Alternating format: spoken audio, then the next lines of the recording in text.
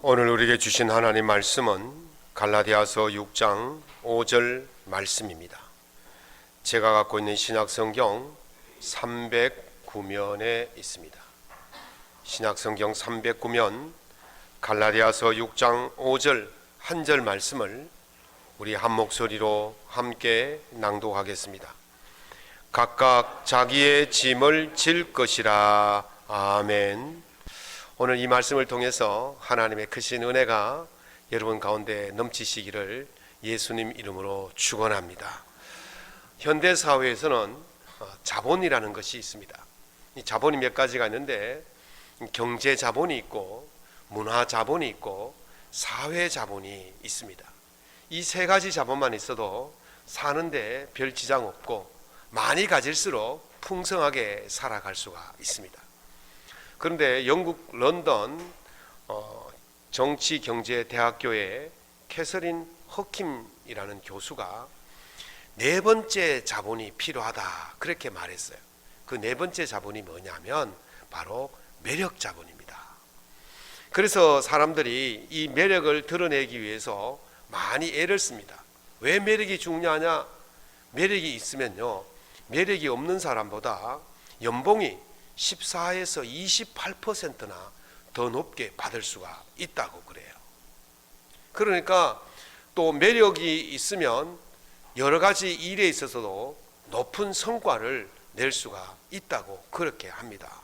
그래서 매력을 내기 위해서, 매력을 뿜어내기 위해서 사람들이 애를 많이 쓰죠. 우리가 흔히 매력 그러니까 외모를 가지고 이야기하는데 이 외모는요, 아주 작은 것에 불과하다고 말합니다. 결혼정보회사에서 결혼 청춘 남녀를 대상으로 설문조사를 했어요.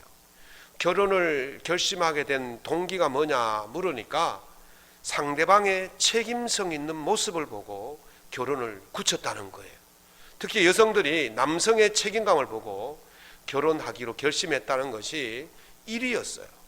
그러니까 매력 중에서도 가장 높은 매력이 뭐냐? 그게 바로 책임성 있는 모습이 가장 뛰어난 매력이다 그렇게 보는 것이죠. 그래서 사람들은 이 매력을 뽐내기 위해서 많이 노력을 합니다. 10대는 매력을 뽐내기 위해서 치장을 하고, 20대는 화장을 하고, 30대는 화장으로 모자라서 분장을 하고, 40대는 분장도 모자라서 변장하고, 또 50대는 변장도 모자라서 위장한답니다. 요즘 저희 집에서 위장하는 여자 하나 있는데 아침 저녁에 달라요. 위장을 하고. 그럼 60대는 뭐 하느냐? 포장을 한답니다. 완전 덮어 씌우는 거죠. 자기의 매력을 뽐내기 위해서 사람들이 이렇게 많이 노력을 하는데 매력 중에서 가장 큰 매력이 뭐라고요? 책임 있는 모습이다 그렇게 말합니다. 또 이제 면접관들에게 어떤 사람을 채용하기를 원합니까? 물어봤더니 채용 순위에서 가장 중요하게 보는 것이 뭐냐? 그게 바로 책임감이라는 거예요. 외모가 아니라 책임감이 가장 중요한 매력 중에 매력이다 그렇게 보는 것입니다.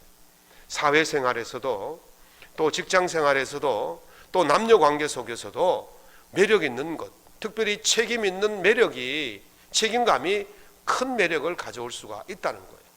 신앙생활에서도 다르지 않습니다.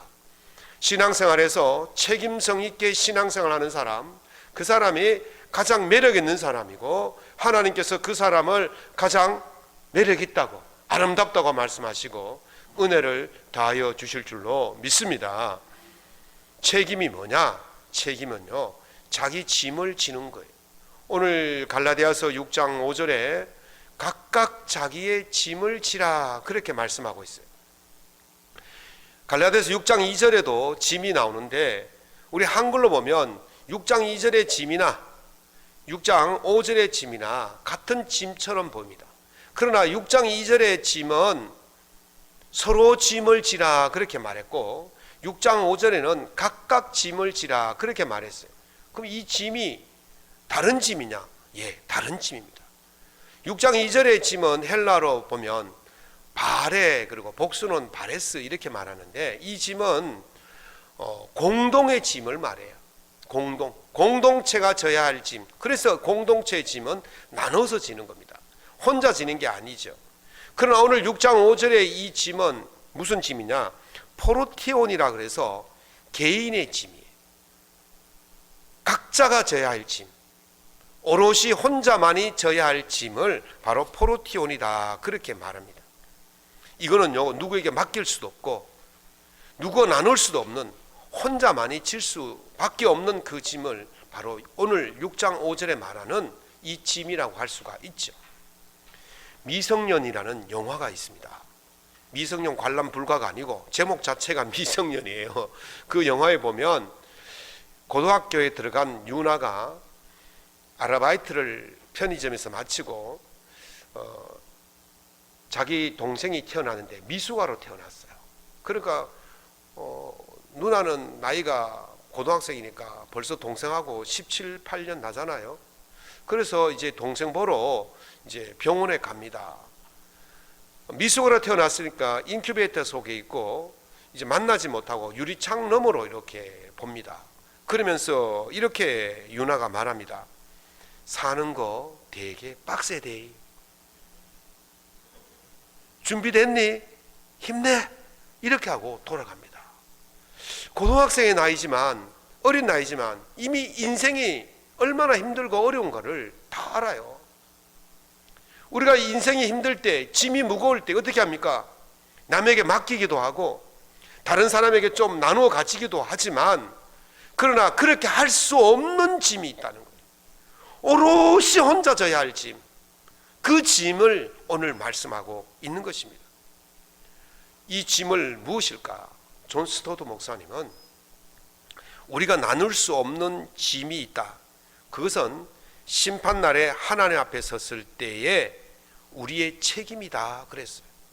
그 우리의 책임은 다른 사람에게 줄 수도 없고 다른 사람의 책임을 내가 대신 줄 수도 없는 것이다 그랬어요. 짐이 뭐라고요? 책임이라는 거예요.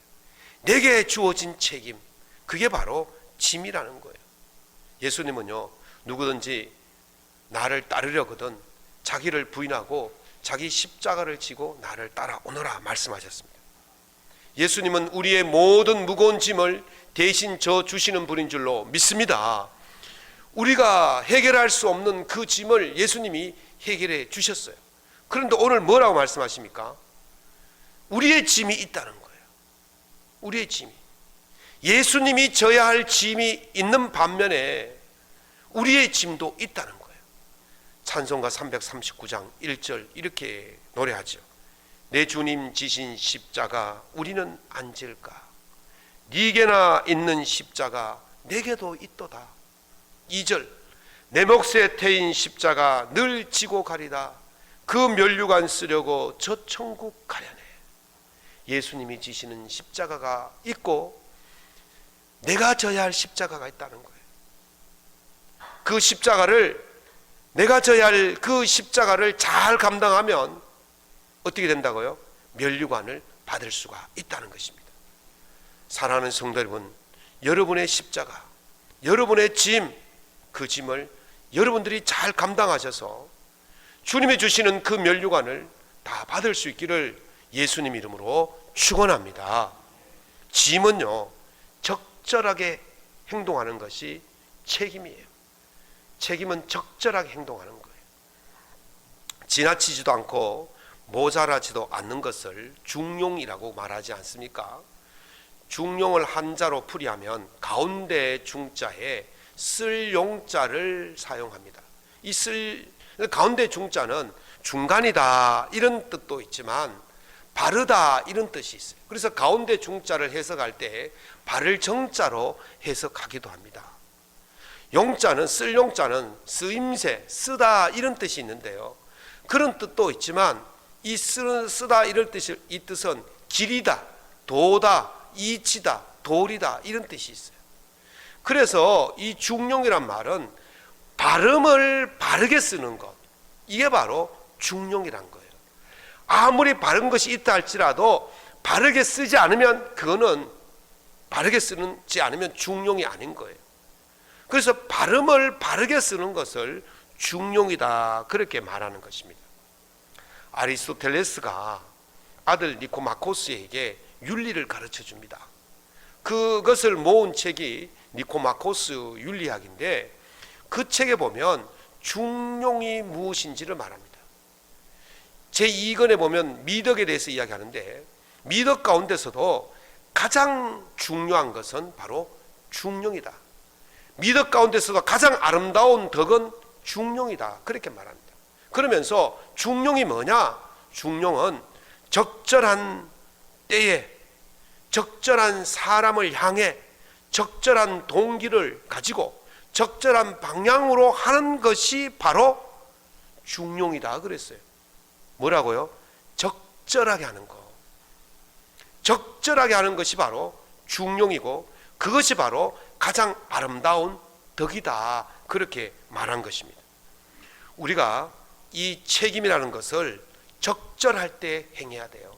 적절한 장소에서 행해야 돼요. 적절한 방향으로 행해야 돼요. 그때 그 책임이 완수되는 거예요. 내가 책임을 가졌지만은 그 책임을 제대로 활용하지 못하면 그거는요 감당하지 않는 것입니다. 그러므로 이 발음이라는 이것을 가지고 그 시기와 장소와 때와 방향, 동기 이런 것들이 바를 때에 그것이 온전한 발음이 될 수가 있다는 거예요. 그래서 조선시대의 정조 임금은 이 중요란 것에 중자에다가 떼시자를 붙였어요. 그래서 시중이다 그렇게 말합니다. 이 무슨 뜻이냐? 발음을 적절하게 발음을 그때에 맞도록 사용하는 것이 바로 중용이라는 거예요. 지금 해야 될 일이 무엇입니까? 지금 해야 될 일을 하는 것, 그게 바로 중용이란 거예요. 지금 해야 될 일이 뭐예요? 오늘 11시에 해야 될 일이 뭐예요? 예배입니다. 이 예배 드리는 여러분들이 지금 발음을 가지고 바른 때에 하는 거예요. 그래서 여러분들이 중용의 사람이고 그래서 여러분들이 아름다운 사람인 거예요. 이 시간에 무슨 바쁜 일이 있어서 이 시간에 정말 피치 못해서 예배를 드리지 않는 분도 계시겠지만 그러나 어찌하든지 그 시간에 그때에 맞도록 그 일을 할 때에 그 선택을 하는 것이 바로 발음이고 그것이 중용이고 그것이 아름다운 덕이라는 거예요. 잠언 3장 1절에 이런 말씀이 있습니다. 범사에 기한이 있고 천하만사가 다 때가 있다 그랬어요. 그러면서 쭉 말씀하시죠. 날 때가 있고 죽을 때가 있고 쭉쭉쭉 말씀하시면서 심을 때가 있고 거둘 때가 있다. 모든 게 다 때가 있는 거예요. 그 때를 지키는 것이 발음이고 그 때를 지키는 것이 중용이고 그 때를 지키는 것이 아름다움이에요. 그래서 잠언 3장 11절 이렇게 말씀하십니다. 하나님이 모든 것을 지으시되 때를 따라 아름답게 하셨다 그랬어요. 다시 말씀드리면 때를 따르는 거, 그때에 해야 될 걸 하는 거, 그게 하나님 보시기에 아름다움이란 거예요. 오늘 이 시간에 여러분들이 앉아 있는 것 하나님이 가장 아름다움이라고 말씀하실 줄로 믿습니다. 그 책임을 그때에 감당할 때에 아름다움이 되는 것입니다. 요즘은요 계절이 아주 그냥 희한하지 않습니까? 막 여름이 얼마나 긴지 모릅니다. 요즘은 이제 조금 아침 저녁으로 선선해졌어요. 그 이 때가 계절이 계절에 맞도록 가야 되는 거예요. 여러분 눈이 아름답습니까? 안 아름답습니까? 자기 눈 생각하지 마시고 겨울에 내리는 눈, 겨울에 눈이 내리면 얼마나 아름답습니까? 온 산하가 눈으로 덮이면 예쁘고 아름답습니다. 그 아름다운 날에 만나자고 선남 선녀가 어떻게 합니까? 첫눈 오는 날 두리공원 앞에서 만나자. 그래 한 여자는 동쪽에 서 있고 한 남자는 서쪽에 서 있어서 죽어도 못 만났다는 그런 이야기 됐는데 어떤 첫눈이 오면 아름다우니까 그날에 선남 선녀가 만나기를 원하지 않습니까? 우리가 화이트 크리스마스라고 말하지 않습니까? 크리스마스가 더 아름다워지려면 눈이 내리면 아름답다고 그렇게 말해요. 그런데 이 눈이 지금 펑펑 쏟아지면 어떻게 되겠습니까? 아름답게 여겨집니까? 지금 곡식들이, 과일들이, 열매들이 태양을 받아서 아주 당도가 높게 맛있게 결실을 맺어야 할 때에 눈이 펑펑 쏟아지면 어떻게 되겠습니까? 재앙이에요. 재앙. 곡식들이 다 떨어져요. 다 얼어버려요. 눈이 아름답지만 눈이 그때에 내려야만이 아름다운 거예요. 지금 말이죠, 태양이 쨍쨍 쬐야 할 때, 그런데 여름 장마처럼 비가 그냥 사흘도로 내리면 어떻게 되겠습니까? 냉해가 들어서 곡식이 되지 않는 거예요. 비가 와야 될 때 와야 되지만 비가 오지 말아야 될 때 오면 그거는 재앙이 되는 거예요. 요즘 지연된 정의는 정의가 아니다, 이런 말을 쓰지 않습니까? 정의는 발음이에요. 그 발음이 그 제때에 시기적절하게 제대로 된 장소에서 시행되어질 때에 정의가 되는 거예요. 그런데 때를 늦춰서 정의를 행하면 그거는 정의가 아니라는 거죠. 가끔 휴일이 되면요, 제 아내가 집에서 맛있는 음식을 해줍니다. 점심 금방 먹고 나서 한 30분 지났는데 또 뭘 해가지고 드셔보세요 이렇게 합니다. 그럼 밥 금방 먹었기 때문에 그 음식이 마실 수가 있겠습니까? 먹고 싶겠습니까? 그런데 아내가 해주니까 정성을 봐서 한 번은 먹어줍니다. 맛으로 먹는 게 아니에요. 정성으로 먹는 거예요. 그런데 또 한 시간 있다가 또 해와가지고 또 드셔보셔요 그러는 거예요. 그러면 아니, 점심 먹고 간식 먹고 또 먹으면 그게 진짜 고역이지 맛있겠습니까? 그때는 무엇으로 먹어야 돼요? 사랑으로 먹는 거예요. 맛도 아니고 정성도 아니고 그냥 사랑으로 먹어줘요. 또 한 30분 지나서 또 해오는 거예요. 그때 제가 뭐라는 줄 아십니까? 어디 돼지 키우나 그럽니다. 아무리 아내의 정성이 있고 아내의 사랑이 있고 아내가 솜씨 좋아도 때가 안 맞으면요, 그거는 아무것도 아닌 거예요. 맛있는 음식이 아니에요. 사랑도 아니에요. 정성도 아니에요. 때가 맞을 때에 그것이 정의가 되고 그것이 맛있는 음식이 되는 거예요. 시장이 반찬이라 그러잖아요. 배고프면요, 김치 한 조각이라도요 맛있게 보이는 거예요. 제가 말이죠, 전도사 시절에 일주일 동안 금식하고 친구 내려오느라고 시간이 좀 남아서 서울서 금식했는데 남아서 친구 집에 들렸더니 한겨울인데 그 친구 동생이 김치밥을 먹더라고요. 아무 반찬도 없이. 근데 그 김치 시큼한 냄새가요, 와, 사람을요 확 끌어다니는데 그 자리에서 일주일 굶고 밥 한 공기에 김치 해가지고 한 포기해서 다 먹어버렸다니까요. 그러고 나서 죽는 줄 알았습니다. 여러분 보십시오. 아무리 허술한 반찬이라도 그때에 맞으면 맛있는 거예요. 정의가 아무리 오라도 그때를 놓치면 정의가 될 수가 없는 것입니다. 하나님은요, 우리 인류 구원을 위해서 아주 적절한 때를 사용하셨어요. 갈라디아서 4장 4절에 때가 참에 하나님이 그 아들을 보내셨다 그랬어요. 아무 때나 보내신 게 아니에요. 하나님의 구원의 때가 찼을 때에 그 안을 보내시고 그것을 사람들로 믿게 하였고 그 믿은 우리가 예수 그리스도의 복음으로 말미암아 하나님의 친자녀가 된 줄로 믿습니다. 복음의 은혜를 우리가 누릴 수 있게 되어진 거예요. 미리 오지도 않고 늦게 오지도 않고 그때에 맞게 오셨기 때문에 우리가 하나님의 자녀가 된 그런 복을 누린 거예요. 또 히브리서 4장 16절에 보면 때를 따라 돕는 은혜 이렇게 말씀하십니다. 여기서 때를 따라 돕는 은혜는 우리가 필요할 때에 돕는 것을 말해요. 우리 필요 없을 때에 도움을 주면 그걸 고맙게 여기겠습니까? 우리가 필요 없을 때 그걸 도와주면 감사하게 여기겠습니까? 그렇지 않아요. 여기서 때를 따라 돕는다는 것은, 때라는 것은 우리 힘으로 어쩔 수 없을 때, 우리 힘으로 해결할 수 없을 때, 도저히 감당이 안 될 때에, 그냥 두면 죽어버릴 때에 하나님께서 그때에 우리를 도우시는 거예요. 우리 힘으로 잘났을 때 그것 누구 생각이라고 생각해요? 우리 힘으로 해결하면 그건 누구 힘으로 해결한다고 생각합니까? 자기 잘난 줄 아는 거예요. 그러나 우리 힘으로 해결할 수 없을 때에 하나님께서 도와주시는 것, 그게 바로 때를 따라 돕는 은혜인 거예요. 하나님은 우리를 그렇게 도우시는 분인 줄로 믿으시기 바랍니다.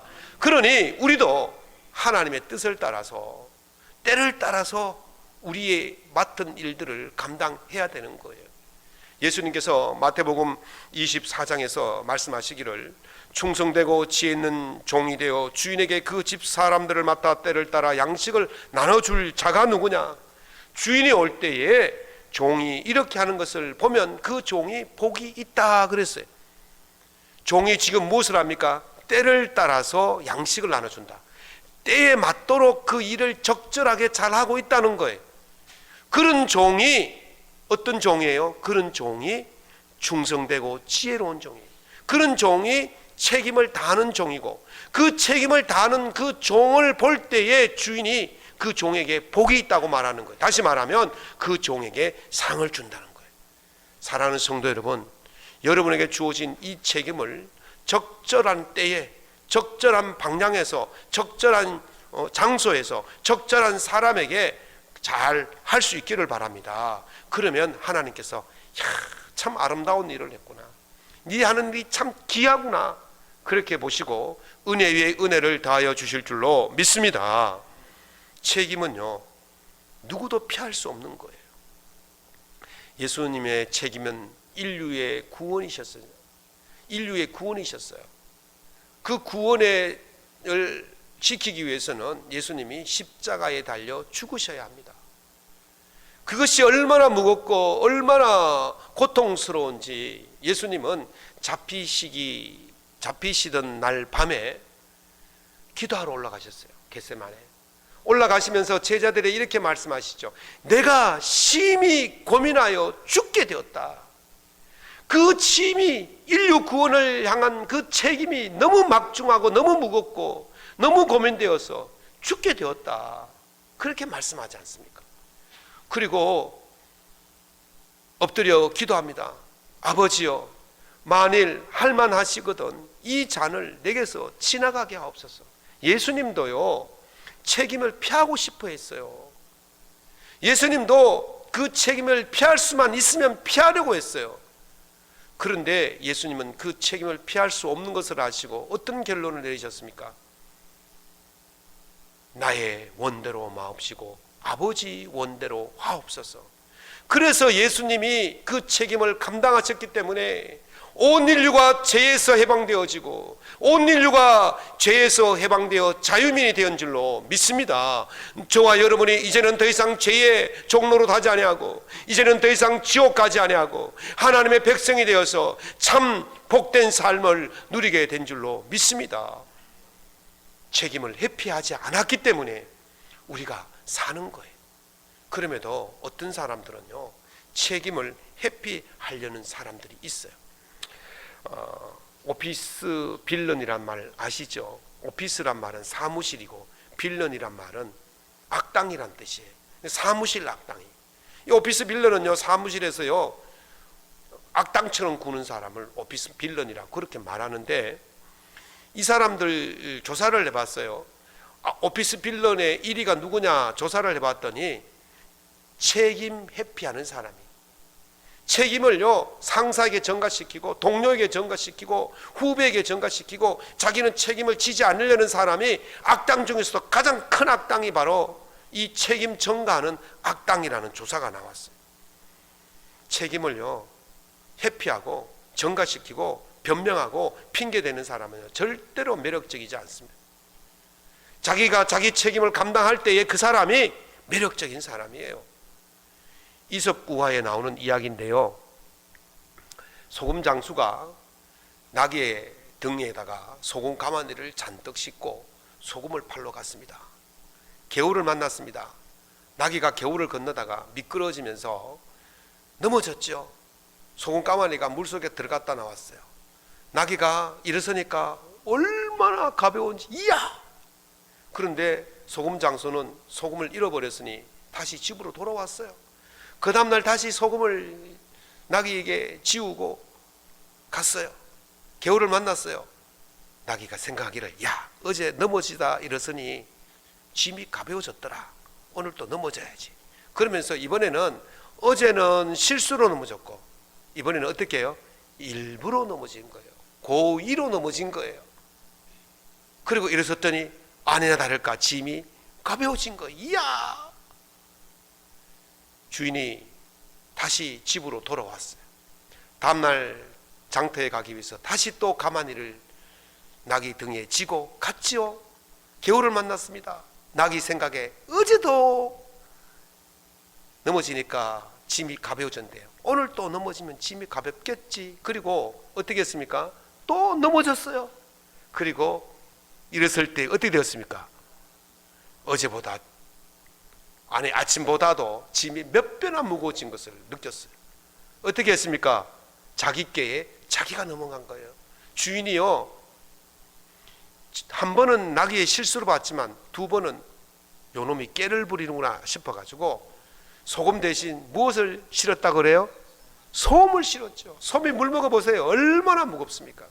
자기 책임을 회피하면 그 책임이 없어지는 것 같지만 더 무거운 책임으로 돌아오는 거예요. 서양 속담에 책임이 너의 문을 두드릴 때에 즉시로 그를 맞아들여라. 책임을 회피하고 맞아들이지 않고 쫓아내면 그 책임이 가는 것이 아니라 갔다가 다시 돌아올 때는 7배의 책임을 몰고 온다 그랬어요. 지금 작은 책임을 지지 않으려고 회피하면 더 큰 책임을 지게 된다는 거죠.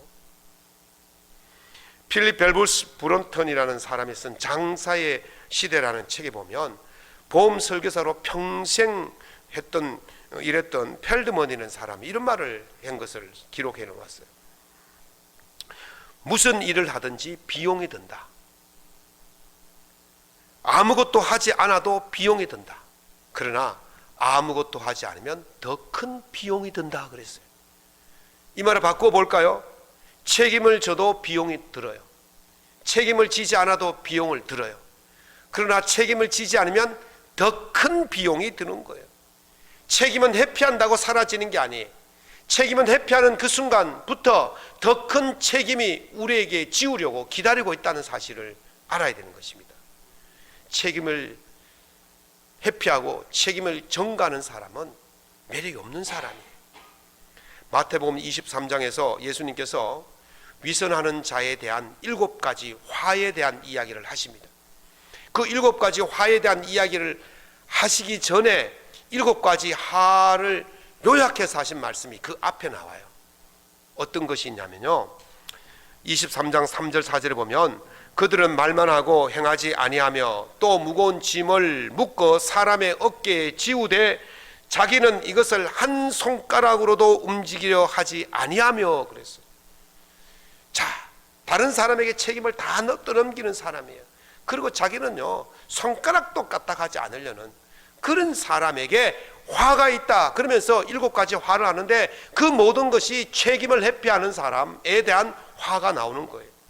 예수님도요, 책임을 회피하는 사람을 화가 있다고, 저주를 받을 것이라고 말씀하셨습니다.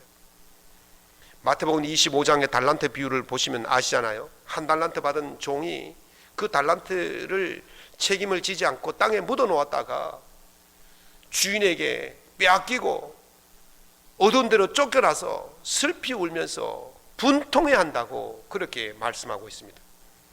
사랑하는 성도 여러분, 자기의 책임을 자기가 감당하십시오. 전가시키지 마십시오. 회피하지 마십시오. 그러면 더 큰 화가 오게 되어집니다.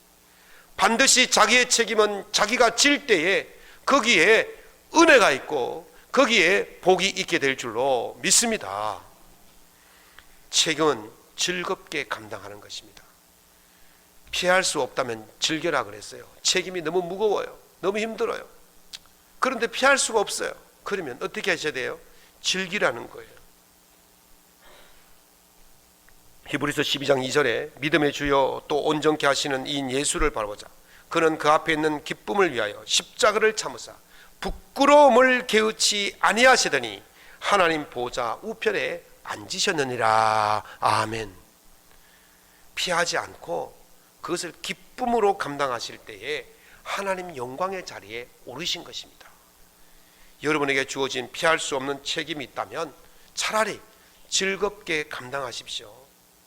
로마서 8장 18절에 현재의 고난은 장차 우리에게 나타날 영광과 좋게 비교할 수 없도다, 그렇게 말씀하셨습니다. 우리에게 다가올 그 영광을 바라보면서 기쁜 마음으로 오늘 내게 주어진 책임을 감당하면 지금 받는 그 책임, 지금 당하는 그 힘듦보다도 내게 장차 다가올 영광이 더 크고 더 은혜로울 줄로 믿습니다. 가족으로서의 책임, 직장인으로서의 책임, 시민으로서의 책임, 국민으로서의 책임, 지구인으로서의 책임 다 있습니다. 그 책임을 잘 감당할 수 있길 바랍니다. 그리고 우리에게는 또 한 가지 책임이 있습니다. 그게 바로 그리스도인으로서의 책임입니다. 그리스도인의 책임 중에서 가장 중요한 책임이 무엇인지 아십니까? 그것이 바로 복음의 책임이에요. 예수님께서 마태복음 28장 19절에서 20절에 말씀하시기를 너희는 가서 모든 민족을 제자로 삼아 아버지와 아들과 성령의 이름으로 세례를 주고 내가 너희에게 분부한 모든 것을 가르쳐 지키게 하라. 이게 그리스도인으로서의 책임이에요. 사도행전 1장 8절에 오직 성령이 너희에게 임하시면 너희가 권능을 받고 유대와 예루살렘과 사마리아와 땅끝까지 이르러 내 증인이 되라. 이게 바로 우리에게 주신 책임이에요. 우리 안에 거하시는 성령으로 말미암아 네게 부탁한 아름다운 것을 지키라. 우리에게 부탁한 것이 무엇입니까? 바로 복음이에요. 복음을 지키고 복음을 증거하고 복음을 전하는 것이 그리스도인으로서의 책임인 것이에요. 그래서 로마서 10장 15절에서 바울은 복된 소식을 전하는 자의 발이 아름답다 그랬어요. 다시 말씀드리면 책임을 다하는 사람의 모습이 아름답다는 거예요. 매력적이라는 것이에요. 사랑하는 성도 여러분, 여러분의 주어진 그 책임, 복음의 책임을 다 할 수 있기를 바랍니다. 그 그리스도인이 아름다운 그리스도인이고 그 그리스도인이 매력적인 그리스도인이에요. 임중도원이란 말이 있습니다. 임자는 맡길 임자고 도자는 중자는 무거울 중자예요. 도자는 길도자고 원자는 멀 원자예요. 맡은 책임은 무겁고 갈 길은 멀어요. 이게 우리가 가진 책임이에요.